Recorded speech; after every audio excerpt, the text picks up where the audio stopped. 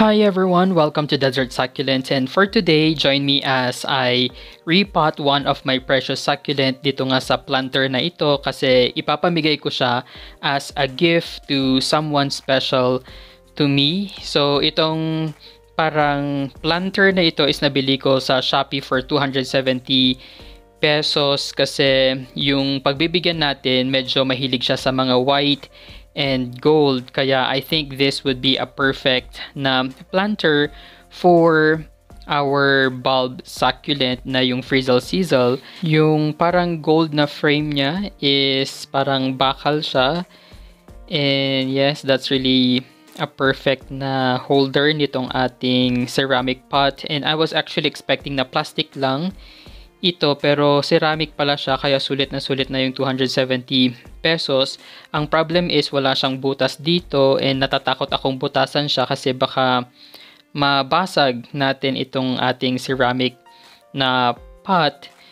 Kaya I think gagawan or kukuha na lang ako ng separate pot para doon natin itatanim yung ating bulb succulent. Tapos ipapatong na lang natin siya dito. So ito nga yung parang plastic pot natin na kasyang-kasya siya doon sa ceramic pot, and I think na-solve na yung problem natin, diba? So right now, let's try to repot yung ating frizzle sizzle plant, and itong succulent na to is also known as the Albicas spiralis. So what's special about this succulent is that yung leaves niya would eventually curl like this as long as nakaka-receive nga siya ng sufficient sunlight. So without sufficient sunlight, hindi magka-curl yung Albicas spiralis ninyo. And of course, it's a bulb succulent, something na very unusual, diba? Kaya sobrang ganda niyang ipangregalo kasi hindi siya madaling hanapin. And as far as I can remember, sobrang nahirapan ako na hanapin ito, and nabili ko siya for 900 pesos for about 1 or 2 bulbs. And by the way, ito na nga pala yung mga propagations natin. Out of 1 or 2 bulbs, ngayon meron na tayong 10 or more than 10 bulbs in this pot. So sobrang dali niyang alagaan as long as you would really take good care of it. So dapat well draining yung inyong potting mix.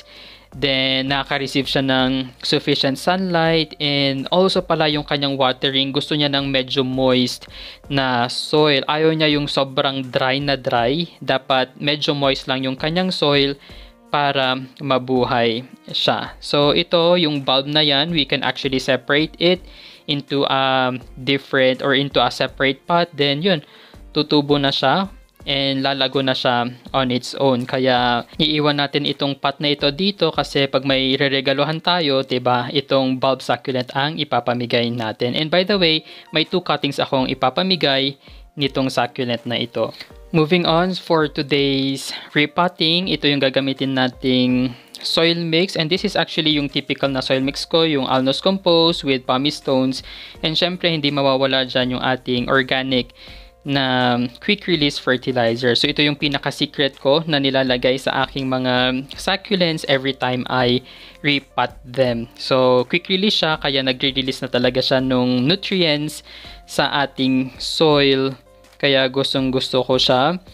And ayan, ito pwede nyo siyang ihalo sa inyong soil, or pwede nyo rin siyang tunawin sa tubig. Then yun yung gagamitin ninyo na pangdilig sa inyong mga succulents during their growing season. After preparing yung ating potting mix, syempre ilalagay na natin siya dito sa ating pot. Medyo maliit lang itong ating pot, kaya konting soil lang din yung magagamit natin. And after this, we can now uproot yung ating frizzle sizzle, and as you can see, talagang sobrang ganda ng kanyang root system. Ayan, yung nakikita ninyong white na yan, that's the actual root of this frizzle sizzle na plant. And definitely, syempre, it would now depend on the potting mix na gagamitin ninyo. So, as I've mentioned earlier, Alnos Compost, pumice stones, and fertilizer lang yung ating ginagamit na potting mix. And as you can see, sobrang buhaghag yung ating soil, diba? So this is very important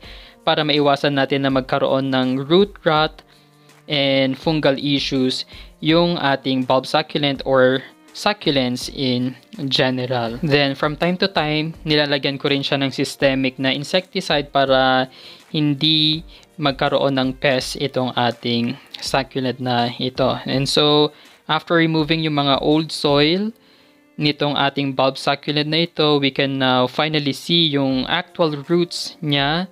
And would you imagine na itong maliit na bulb succulent na to has this very long na roots and they all look healthy. Ayan. So, syempre, hindi naman yan kasya doon sa pot natin. Kaya, what I'm gonna be doing is ititrim natin yung ibang roots. So, these are actually considered as the old roots na nitong ating bulb succulent. And over time, it would definitely grow new roots after nga natin siyang i-repot. Ayan. So, hindi na ako nag-air dry. I don't apply any rooting powder or hormone sa aking mga succulents. Talagang nakadepende lang ako doon sa potting mix natin. So, itong potting mix is already rich in nutrients and that's enough para pabilisin niya yung pag-root ng ating bulb succulent or succulents in general. So, ito pala, it's very important na pag nagre-repot kayo ng inyong bulb succulent na ito, dapat hindi ninyo ilulubog yung kanyang pinaka-bulb. So, which means dapat 1/3 nung bulb niya is naka-exposed or it's above the soil. Kasi pag nilubog nyo siya completely, there is a big possibility na mamatay yung inyong frizzle-sizzle na plant. So, I think medyo kulang pa yung nilagay nating potting mix sa kanya, kaya dadagdagan lang natin siya ng konti. So, dapat ganito yung itsura ng inyong bulb succulent after repotting or planting. Dapat ganyan, diba? Expose or kitang-kita natin yung kanyang pinaka-bulb. So, definitely, from time to time, magda-dry din yung kanyang mga leaves. And so, we can just simply remove them. Ayan. So, meron din yung time na talagang walang tumubong leaves sa kanya, yung parang naging dormant siya.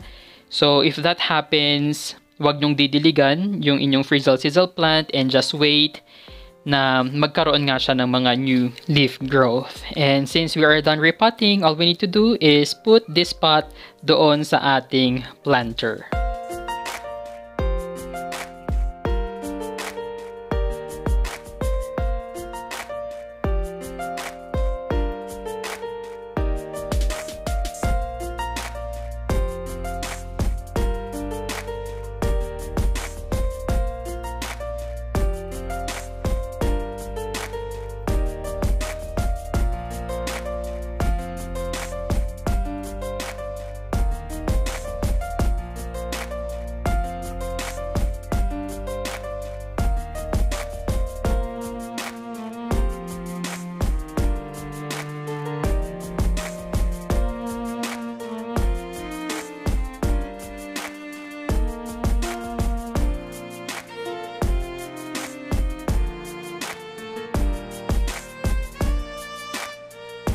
And we are finally done and I'm pretty sure na magugustuhan ito nung pagbibigyan natin kasi gusto niya lang yung mga minimalist or mga aesthetic na style. So this bulb succulent would be really a perfect gift idea, diba? So that's all for today. Thank you guys for watching. Don't forget to like and subscribe to our YouTube channel. You may also visit our Facebook page at Desert Succulent PH.